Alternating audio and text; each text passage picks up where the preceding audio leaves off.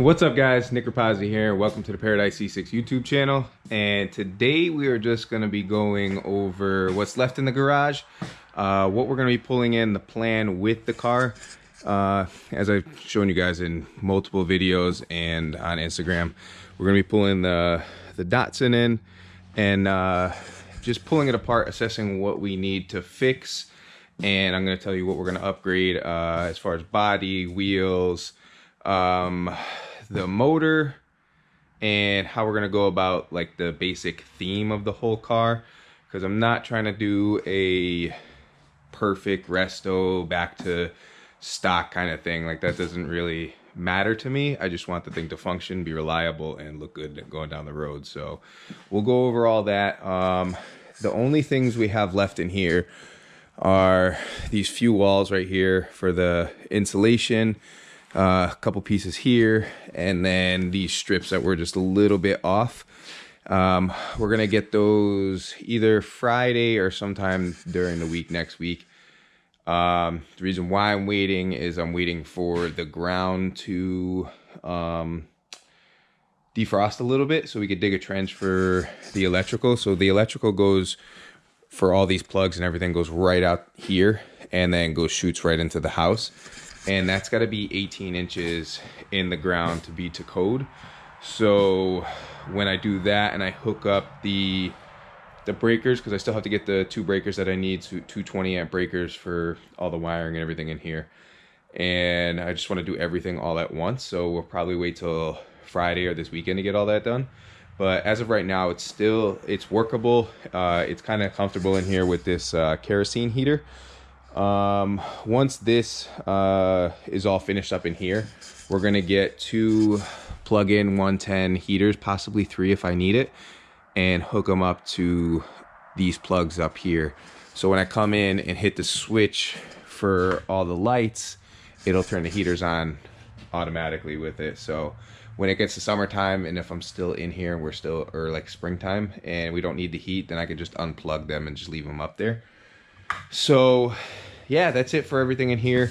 I have to fire up the air compressor on the truck because the tires are flat as hell in that. And I'm also gonna go get the tractor keys because I'm not trying to push that by hand. So I'm gonna move it around with the tractor as far as I can up until I get to this door, and then pretty much have to push it in from there. But I cannot push that thing with flat tires. So let me turn this heater back on, get it a little bit warmed up in here, and I'll fire up the compressor, get that all aired up and ready to move. And I'll probably time lapse all this so that you guys can at least see me do everything and move around like a jackass on the tractor. And let's get that thing in and go over it. So I'll be right back.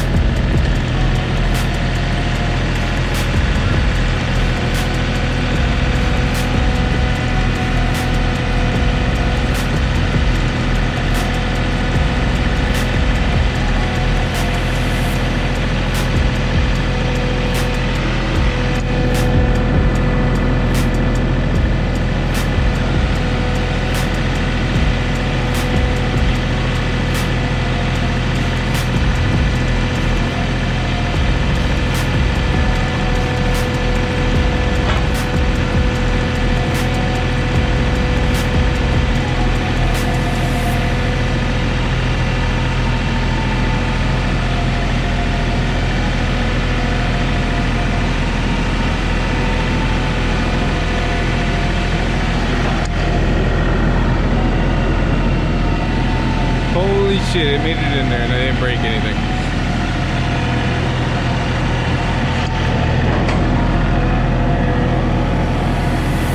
Thank God for the John Deere tractor.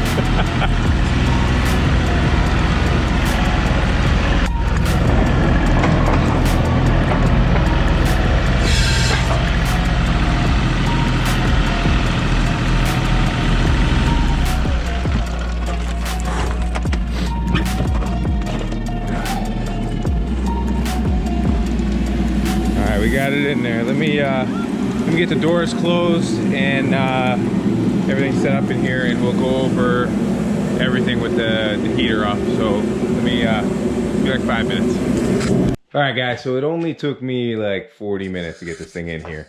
With this being so old, and it's I want to say Benny said it's been sitting for like 12, 15 years. The brakes are shot on this thing. They're all like locked up. I'm guessing that the wheel bearings are probably going to need to get redone because it does not want to just roll on its own. Normally, if like this was the Corvette or the truck, I could just push it while it's in neutral, and this thing does not want to move whatsoever. So we're going to get the wheels off, inspect all that stuff. I don't want to do anything that's going to make this thing be stuck in here. I just want to inspect things, see what's needed.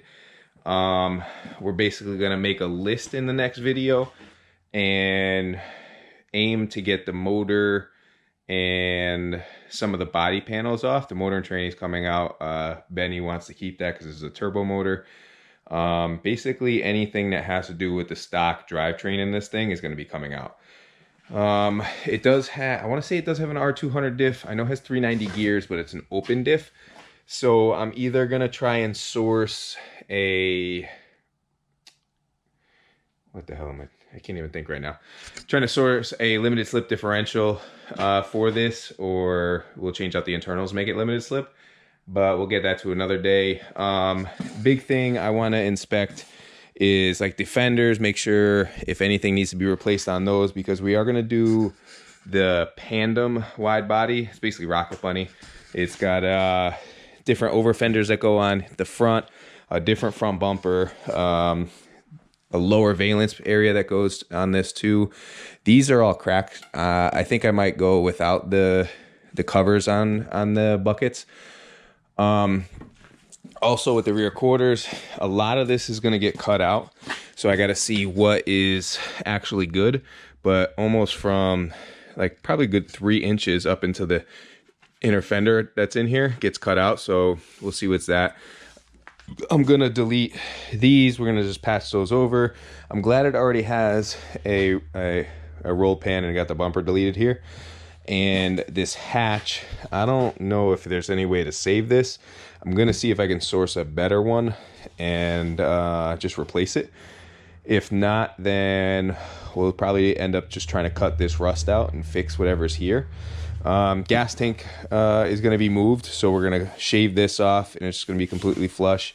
I'm going to go with a fuel cell right here. So we're going to cut out the floor, put a fuel cell in the back, run all brand new fuel lines. I'm going to plan everything for big power just because there's not much of a difference, especially for like fuel system and stuff like that, to go with like a 10 AN feed and return, and just plan for eventually making 1,000 horsepower of this thing. I don't plan on doing that, but I just don't want to do things twice. As you guys have heard me say with my RX-7 build, I ended up having to do everything twice. So I don't want to do that.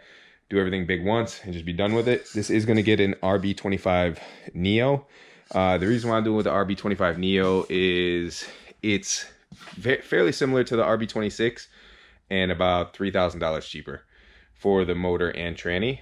And like from the research that I've done, they're good to about 400, 450 horsepower. So that's pretty much what I'm hoping to hit with this. We're going to do everything. I literally want to strip everything off of this, get everything ready, repair any rust, go into the inside. Another thing that bothers me is the driver's side door doesn't open from the outside. All this interior stuff's going to be coming out, so I'm going to save all this stuff in case Benny wants it or anything.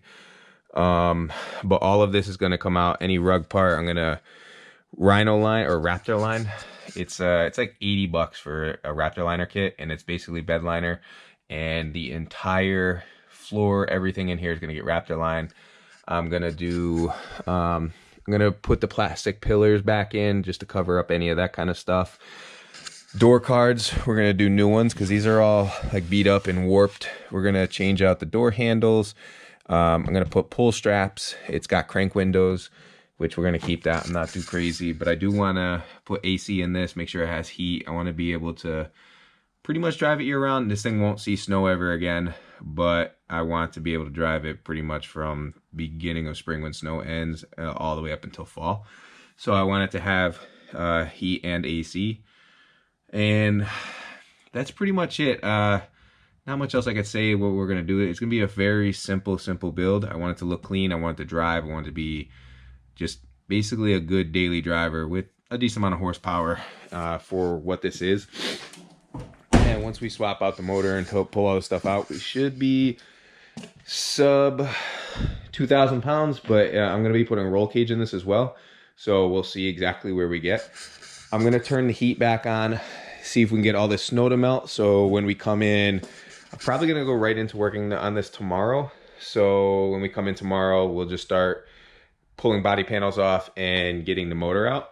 So I'll leave you guys there and we'll check in tomorrow when we're pulling everything apart. I hope you enjoyed this update. I hope you're excited about this build as I am. I cannot wait to get this thing apart, get everything where we need to be, see what parts that we actually need, pull it out, and then we'll have the Corvette in probably by the end of the weekend.